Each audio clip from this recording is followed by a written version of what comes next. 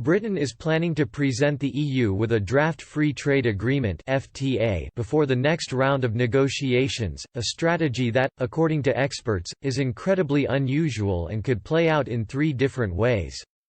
On Monday, Michael Gove announced that Britain will produce a draft FTA before the next round of negotiations with the EU. In a statement to Parliament, the Chancellor of the Duchy of Lancaster said the document will be among a number of legal texts the UK plans to publish before talks resume. The UK's Brexit negotiator David Frost echoed the message, tweeting, "We will table legal texts including a draft FTA before round 2 next week." The talks were expected to start on March 18 in Whitehall offices in London, but have now been replaced with discussions via video conference call. The cancellation puts additional pressure on the Prime Minister, whose blueprint is a sign the government may be readying a take it or leave it offer to the bloc, a strategy which, according to trade experts, is not only unusual but could also be detrimental.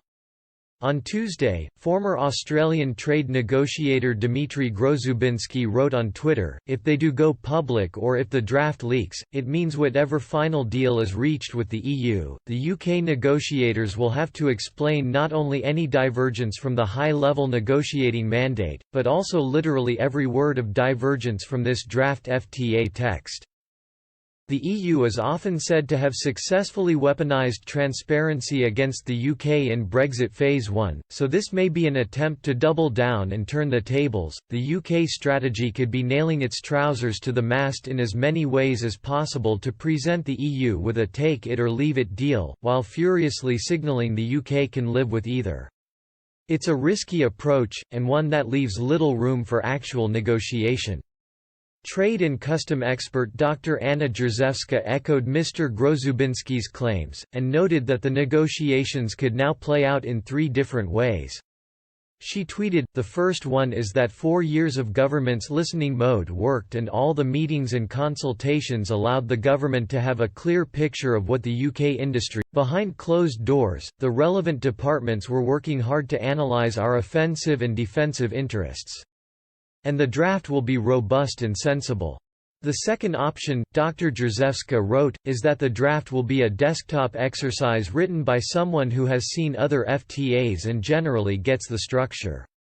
It will be based on the government's political ideology and the general gist of it will be "we want everything and concede on nothing." She noted, in that case, it will be rejected by Brussels before the next round starts, dead on arrival, like so many previous UK proposals.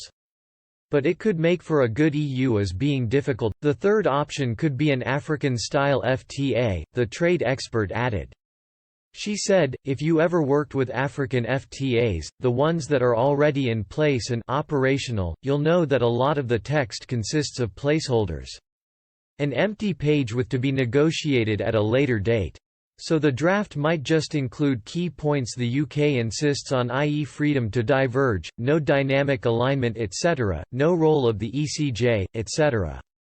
To be fair, given all we've seen so far over the last 4 years, I can only hope that it's more of this and less of option 3.